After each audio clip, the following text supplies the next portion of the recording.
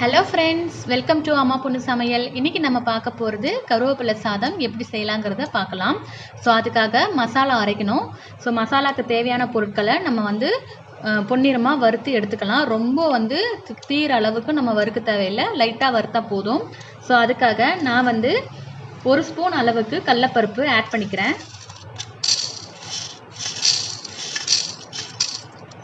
கூடவே 1 ஸ்பூன் அளவுக்கு உளுந்து, 1/2 ஸ்பூன் அளவுக்கு ஜீரகம், காரத்துக்காக 1/4 ஸ்பூன் அளவு மிளகு, இது எல்லாத்தையும் சேர்த்து நல்ல பொன்னிறமாக வறுத்து எடுத்துக்கலாம்.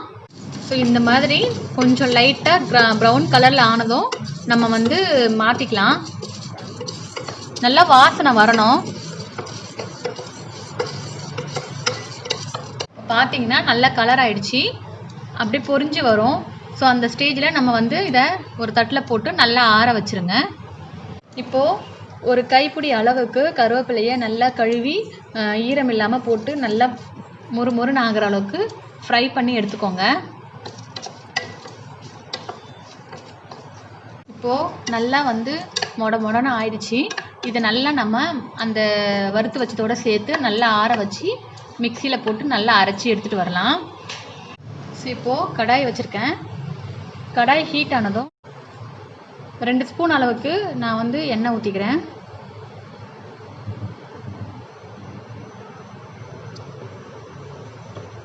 எண்ணெய் காஞ்சதும் 1 ஸ்பூன் அளவுக்கு கடுகு ஆட் பண்ணிக்கிறேன்.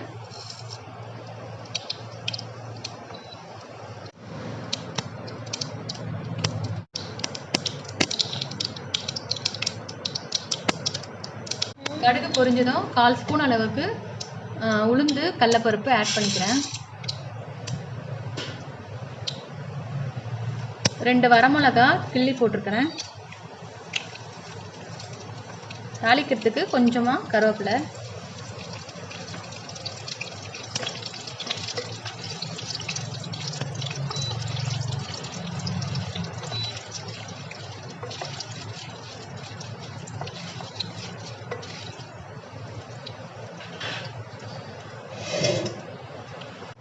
நமக்கு தேவையான அளவுக்கு அரைச்சி வச்சிருக்க கருவேப்பிலை பொடியை தூவிக்கலாம்.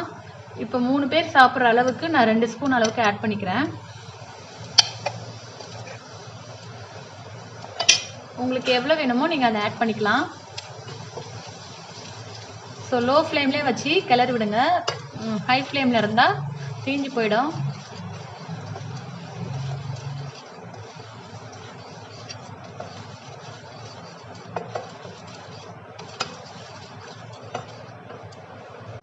ஸோ பார்த்தீங்கன்னா இந்த மாதிரி இருக்குது. இதில் தேவையான அளவுக்கு உப்பு நீங்கள் ஆட் பண்ணிக்கோங்க. நான் ஒரு 1/4 ஸ்பூன் போல் ஆட் பண்ணுறேன். சாதம் போட்டு நல்லா கலந்ததுக்கப்புறமா தேவையான அளவுக்கு உப்பு ஆட் பண்ணிக்கோங்க. இப்போது நம்ம சாதம் நல்லா வடித்து ஆற வச்சு நல்லா பொலன்னு எடுத்து வச்சுருக்கோம். நான் அதில் இதில் ஆட் பண்ணிக்கிறேன். உங்களுக்கு எவ்வளோ சாதம் நீங்கள் ஆட் பண்ணணுமோ அதுக்கேற்ற மாதிரி நீங்கள் மசாலாவை ஆட் பண்ணிக்கோங்க.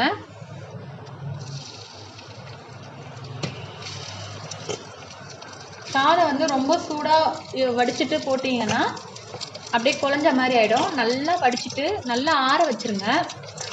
அப்போ நல்லா டேஸ்ட்டாக இருக்கும். கருவேப்பிலையில் பிள்ளைங்க சாப்பிட மாட்டாங்க. அவங்களுக்கு இந்த மாதிரி நீங்கள் செஞ்சு கொடுத்தீங்கன்னா கண்டிப்பாக சாப்பிடுவாங்க. ரொம்ப டேஸ்ட்டாக இருக்கும். வாசனையும் அவ்வளோ கமகமன்னு அடிக்குது.